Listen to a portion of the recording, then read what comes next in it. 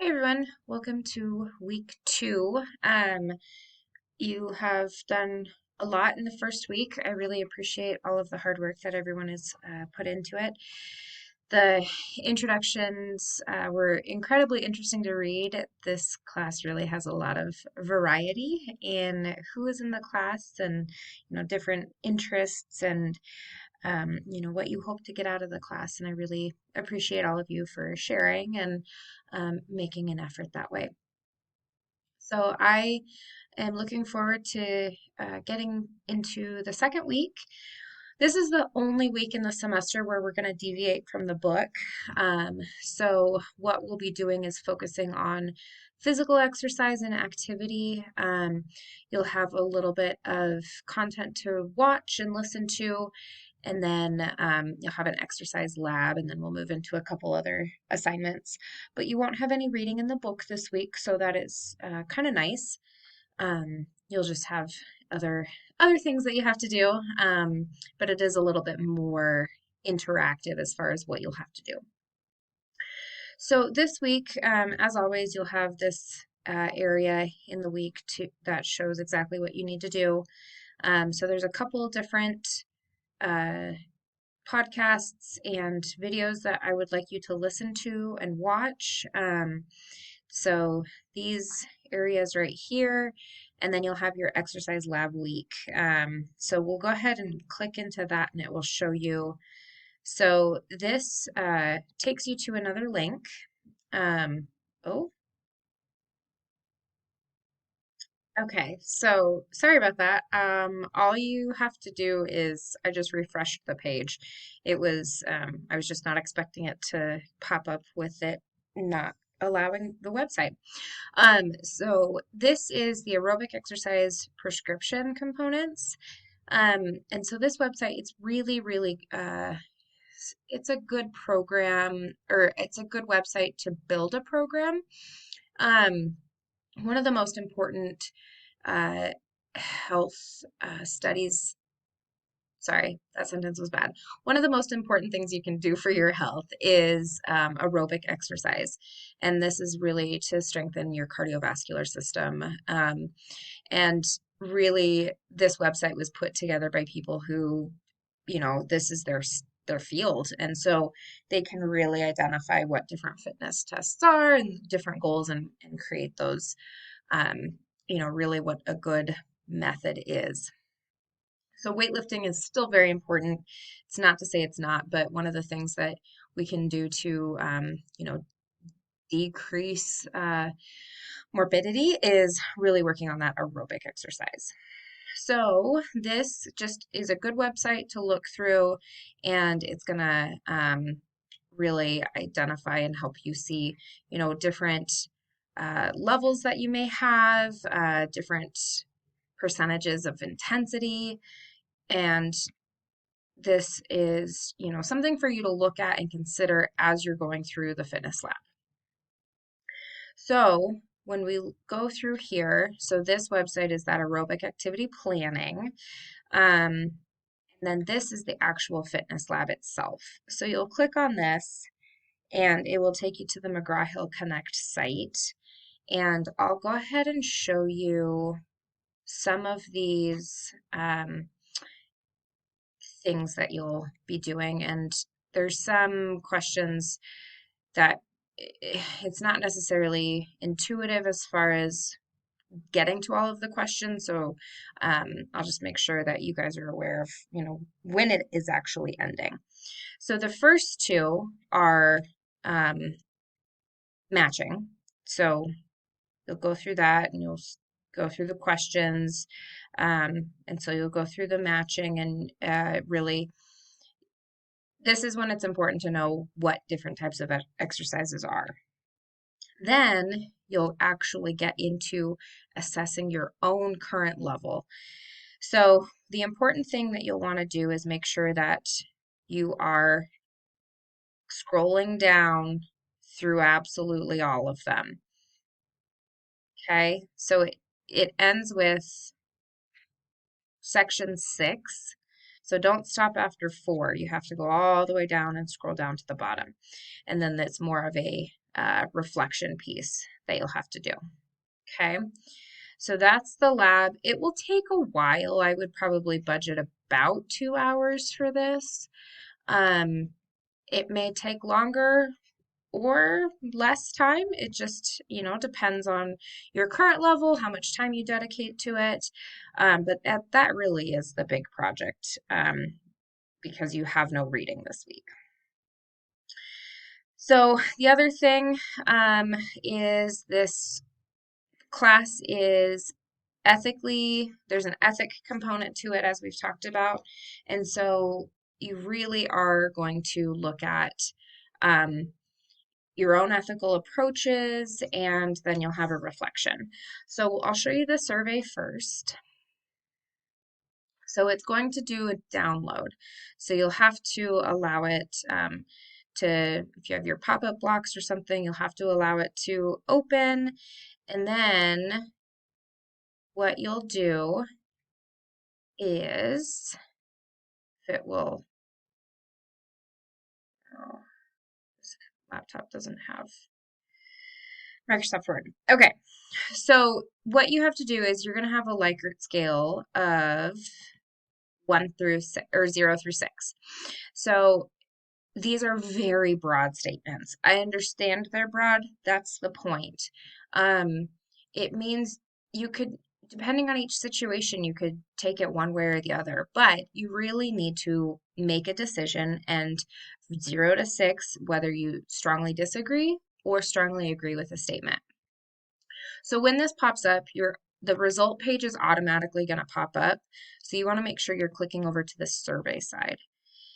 So then what you do is you go through each of these statements and you say 0 through 6, whether you agree with something or you don't agree with something, or you're more in the middle. So you'll say, I believe our lives would be best if we followed the order found in the universe, aka the natural world. So in this box, you're going to put a number between 0 and 6.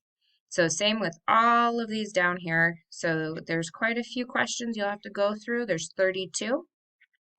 As soon as you've put in all of your answers, then you go to the result page. And this is going to populate with a little pie chart, and it will show you what percentages will be each approach. So what you'll need to do, there's 8 right here. So it will show you 1 through 8 what percentages you've agreed with the most or least. And you need to take the top 3. I have noticed, there are a lot of times where people will have maybe one very strong one approach and it's the highest, and then they'll have 2 or 3 that might be tied. So if you have something like that where it's, 1 or 2 very strong ones and then 2 tied, and so there's a total of 4, that is fine. Just pay attention to the ones that are the top 3 or 4. So then what you're going to do, we'll get out of that, is you'll go back to week 2 with the information that you've just gathered, and you have a discussion board. So this is our second discussion board that you'll have. It's pretty simple. It's more of a reflection. So you'll take the answers that you got from the ethical approach survey, and you will create a discussion board about your approach styles. So what you'll have to do is you'll have to say which were the top 3 or 4, as we just discussed. And this could be very simple. You can just list them. Approaches 1, 4, 7, and 2 were your top ones. Then you need a reflection paragraph. So what did you learn from the survey results? Was this new information? Do you agree with the findings? Why or why not? And this is very important because this one gets skipped a lot. If there's a situation, and it really should say when there is a situation where 2 or more of your viewpoints conflict with each other, which one will you decide to follow and why? So each viewpoint is not the same, and we will not always have the same viewpoints as our top. So you really need to make a decision. This isn't it's really hard. It depends on, what it is or anything I might not know until the moment. Pick an example and really, identify which one you would follow and why, because this is really going to start your thinking about, what are you going to do if there's a moral dilemma, in a situation where you really have to decide if it's between you or someone else. What's gonna, move you towards that future, and why did you make that decision? So this is really important, and it gets skipped a lot, to make sure that it's included, because you will lose points if if you say that, nah, it really depends. I'm not sure. I don't know how I would make a decision, because that's the point of this assignment. And then finally, provide feedback to at least two of your peers. These should be meaningful, thought out statements. Ask a question, provide an analysis.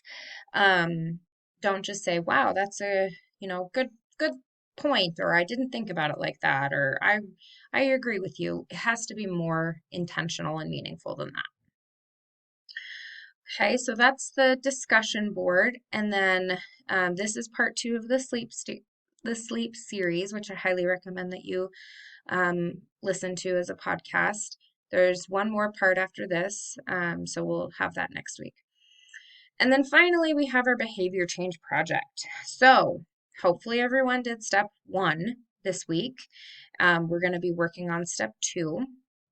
This one, we're going to look more into SMART goals. So if you're unsure of what that is, we have a case study that you'll have to go through. So this is really taking the information that you've identified in step 1 and turning what behavior you'd like to change into a SMART goal. So this is really important, because everything that we do for the 4-week project has to be specific, measurable, attainable, realistic, and timely. All of these things need to be met. Remember, this is a 4-week project, so it really is something that you should be able to attain in the next 4 weeks. And this is going to be weeks 5 through 9. So it's really, we're going to look at what you can do in those 4 weeks and whether that behavior was changed or not. So then once you've completed this second step will open up to you. And so what you really need to do is you're going to be setting up your goals, addressing barriers, designing your reward plan. So you'll have to get through the first step, case study, and then you can get to the second step. There are some areas that I do have to grade manually. And if you are missing points, I will provide feedback, and that way you can know, what you're missing in order to get to the next step. So we'll go back to week 2. Okay, so quite a bit, but it's really 3 assignments and then some podcasts and watching additional content. It will take some time, but it's not so much reading intensive this week, but really more about practical application. The other thing is, so we'll have our first exam after chapter 5. So far you've only read one chapter, but I would recommend, once you've gone through and completed each chapter, make some notes, gather some information, so that way when you do get the exam, you are prepared for it. They are timed, but they're also open book, as long as it's not on the same screen. But it's really going to be important for you to have a prior knowledge of all of the information. Okay, so that is week 2. I welcome any questions if you have anything. And as always, everything is due on Sunday, 11:59 p.m. For the week. Okay, have a great week, and I look forward to seeing what all the SMART goals that you come up with are. Thanks.